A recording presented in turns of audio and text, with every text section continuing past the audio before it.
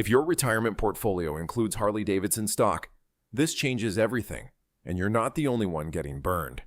Today, financial advisors are telling clients to dump Harley shares before the situation gets worse, while motorcycle enthusiasts are abandoning the brand their fathers and grandfathers rode.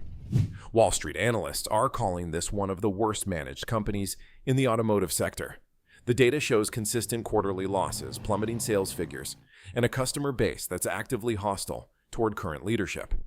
This happened because one CEO's vision completely disconnected from the reality of what Harley customers actually wanted. Built on American manufacturing and outlaw culture before corporate suits decided electric bikes and millennial marketing mattered more than loyal riders. We're talking about a 120-year-old company that might not survive the next decade if current trends continue. So if you're invested in Harley financially or emotionally, here's what industry experts are saying about the company's chances of recovery. Hit subscribe, like this video, and tell me in the comments if you've ever owned a Harley. But before we start, this investigation reveals how one brand betrayed generations of loyal customers. Number 5. The electric disaster. The Livewire electric motorcycle represents perhaps the clearest example of how disconnected Harley-Davidson's leadership became from their core customer base. When the project was announced in 2014, it raised eyebrows, but many gave Harley the benefit of the doubt. By the time it finally launched in 2019, with a staggering $29,799 price tag, it was already doomed to fail. The marketing campaign behind Livewire is a case study in corporate delusion. Harley spent over $65 million convincing traditional riders, men and women who lived for the distinctive Harley rumble and vibration, that silent, smooth electric bikes represented the future. These were customers who modified their exhaust to make bikes louder, yet Harley expected them to embrace a motorcycle that made no sound at all. The technical problems that plagued Livewire only made matters worse. Early adopters reported charging issues that left them stranded. The promised range of 146 miles quickly proved unrealistic in real-world conditions, with many riders reporting closer to 70 miles, catastrophic for a touring bike.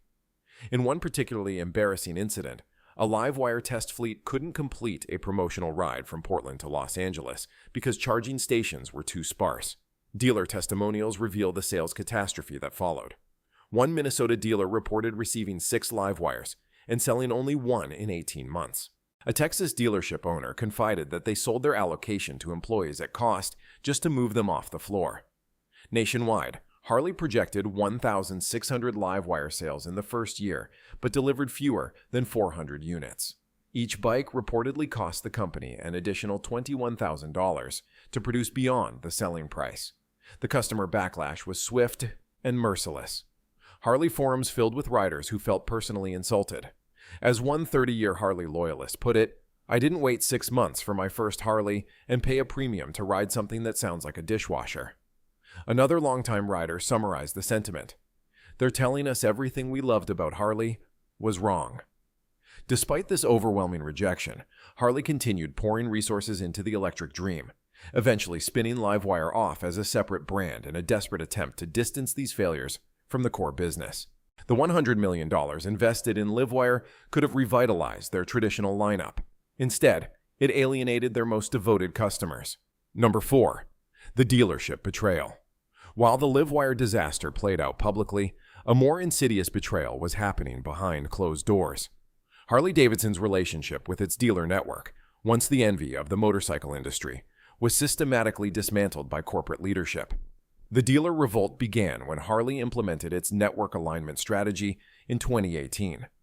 Under this program, dealers who had faithfully represented the brand for decades suddenly found themselves competing with new dealerships open just miles away. In Dallas, a third-generation Harley dealer who had been in business since 1959 discovered Harley had authorized a new dealership just 11 miles from his location, after he had invested $3.2 million in a facility expansion at corporate's request. Territory conflicts became commonplace. In Pennsylvania, 2 dealers who had cooperated for years were forced into direct competition when Harley redrew sales territories, despite both dealers protesting the change. The result? Both businesses saw sales decline by over 30% as they competed for the same shrinking customer pool. Perhaps most damaging was the inventory nightmare Harley created. Corporate began forcing dealers to accept increasingly large shipments of unpopular models, while limiting access to the bikes customers actually wanted. One California dealer reported receiving 28 Sportster models in colors that hadn't sold well locally, while being allocated only 2 of the popular Road Kings that had a waiting list. When dealers complained, they were told to sell what we send you, not what you think customers want. Service policies created additional friction. Harley shortened warranty periods from 24 months to 12 months on many components, while simultaneously requiring dealers to maintain more expensive diagnostic equipment. Labor reimbursement rates for warranty work were slashed by 15%, forcing dealers to either absorb the costs or pass them to loyal customers. The result was predictable: a mass exodus of dealers. Over 160 North American Harley dealerships closed between 2018 and 2022. Noteworthy departures included Dudley Perkins Company in San Francisco, a Harley dealer since 1914, and Bruce Rossmeyer's Destination Daytona, once the world's largest Harley dealership. These weren't failing businesses. They were profitable operations whose owners decided Harley was no longer a trustworthy partner. Number 3. The culture war.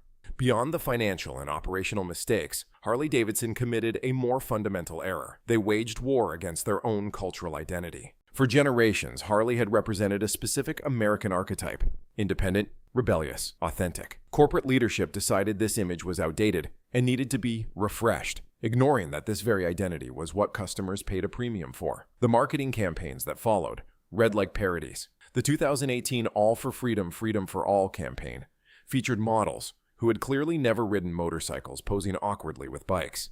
The ads emphasized diversity and inclusion, worthy goals, but did so in a way that felt forced and inauthentic to the brand's heritage. One particularly tone-deaf commercial showed young urban professionals taking selfies with Harleys, while the company's core demographic of serious riders were portrayed as outdated relics. Social media became a battlefield where Harley consistently lost.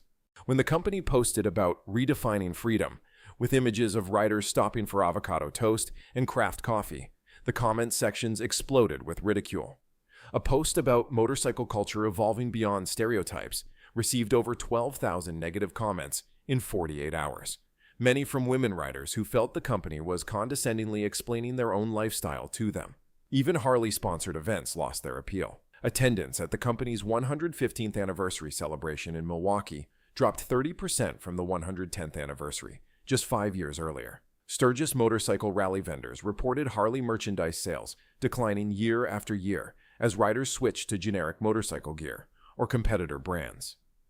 The merchandise business, once a reliable profit center, collapsed as Harley tried to become a lifestyle brand for people who didn't ride. Dealerships found themselves stocking $120 t-shirts and $250 jackets that gathered dust while traditional items sold out. One dealer in Georgia reported selling only 8 pieces from an entire collection of urban-inspired Harley clothing that corporate required them to purchase.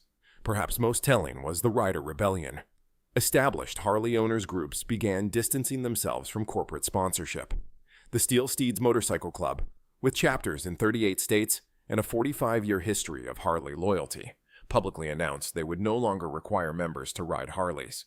Their president explained, "When Harley abandoned what made them special, they left us no choice but to abandon them."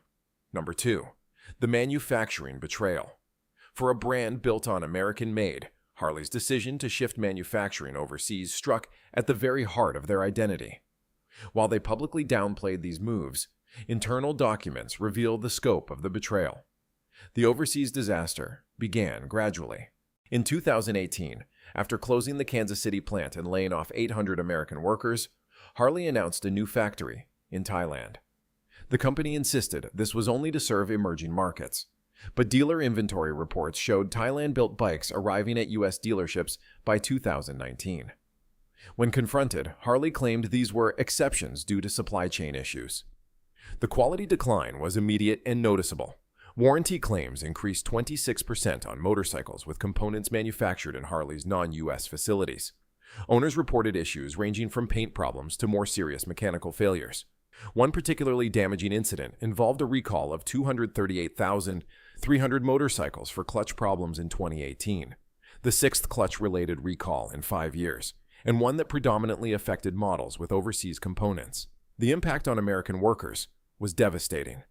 Beyond the 800 jobs lost in Kansas City, Harley reduced its York, Pennsylvania workforce by 30%. Baraboo, Wisconsin, home to Harley's powertrain operation since 1993, saw 125 jobs eliminated. These weren't just numbers. They represented American communities that had built their identities around Harley-Davidson production. Financially, the offshoring gamble failed spectacularly. While Harley projected annual savings of $65 to $75 million, the actual result was far different. Transportation costs, quality issues, and tariff complications erased most of the savings.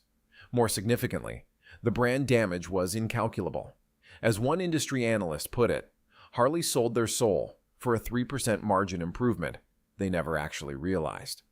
The political backlash only compounded the problem. When President Trump criticized Harley's manufacturing moves in 2018, it placed the company in an unprecedented position, attacked by conservatives who had long been core customers. Subsequent tariff issues with the EU and Asia created additional complications that Harley seemed unprepared to navigate. Number 1. The CEO's secret plan. All these failures trace back to a single source, a secret strategic pivot made during a closed executive session on January 18, 2017. Documents obtained from former executives reveal what really happened when Harley leadership decided to fundamentally abandon their core customer.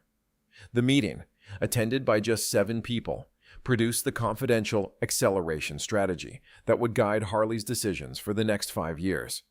The document explicitly stated, current customer base, 55-plus male, predominantly white, represents a declining demographic. Strategy must prioritize acquisition of younger, more diverse riders, even at the expense of near-term core customer satisfaction. Internal projections acknowledged that this strategy would likely alienate up to 40% of existing customers, but calculated that capturing even 5% of the younger demographic would offset these losses within 8 years.